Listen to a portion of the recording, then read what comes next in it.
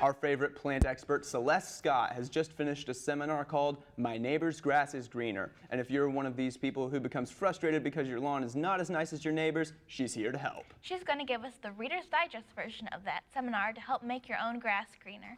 Thank you so much for being with us today. You're welcome. Thank you for having me. All right, so just to start off, we're going to start off with the negative. What are some of the biggest mistakes people make with their lawn when it comes to the warm springtime weather? I would say probably where they go astray most often is planting the wrong types of grass in the wrong types of area. Bermuda and zoysia grasses are generally considered warm season grasses, and they need a lot of sunshine and open spaces, so they're not going to do well in shaded areas. So I think those are some things to take into consideration when you're trying to seed a new lawn. And around Jackson, we haven't had a whole lot of sunshine over the past month. How much has that affected people's landscaping, do you think? I don't think it's affected it that much. The sunshine is going to come. You know, some years we have these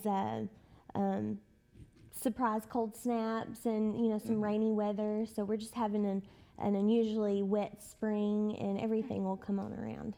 Now, what are the most important things people need to do to get their lawns ready for the summer? The most important things that they need to do, well, taking a soil sample is very important. If they're going to be doing any kind of fertilizing, I would say that would be the first place to start. Okay. Now, what about soil testing? How do we go about doing that? What's the easiest way to do that? Certainly. Well, we have soil sample kits at the extension office that you can come by and pick up. You can do them yourself. If you've got, say you have a half-acre lawn, you're going to want to take 4 to 6 inch core samples randomly throughout your lawn, mix them together in a bucket or a pail, and then bring me that sample.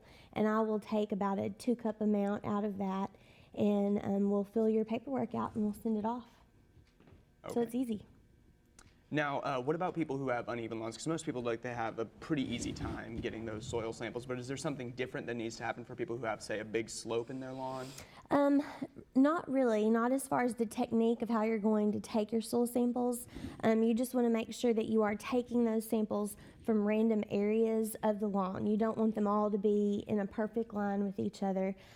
Just walk around, take samples from high areas, take samples from lower areas, and incorporate those together. And that way, when we get your soil sample results back, you're going to have a better representative of the entire area than of just one small portion of your lawn.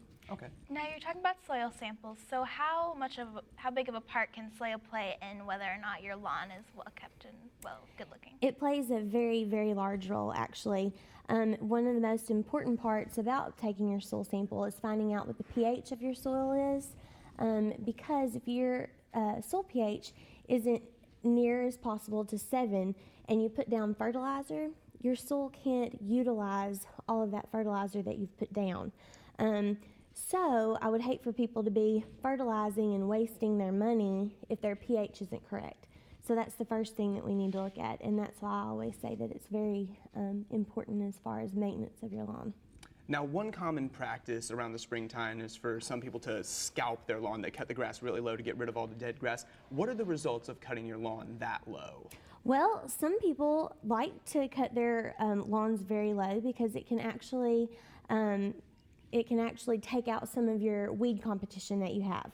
I wouldn't recommend it because it stresses your grass as it's trying to come out of dormancy, especially Bermuda and zoysia grasses, which most people are going to have in this area. So I don't usually recommend mowing, 1 inch high, but it can have benefits if you are doing it for the right purposes.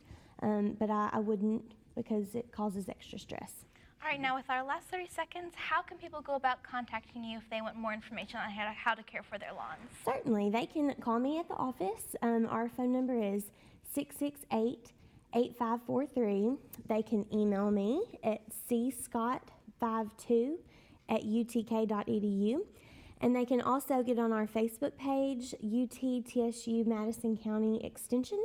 Okay. Well, thank you so much for being here today. Sadly, we're out of time.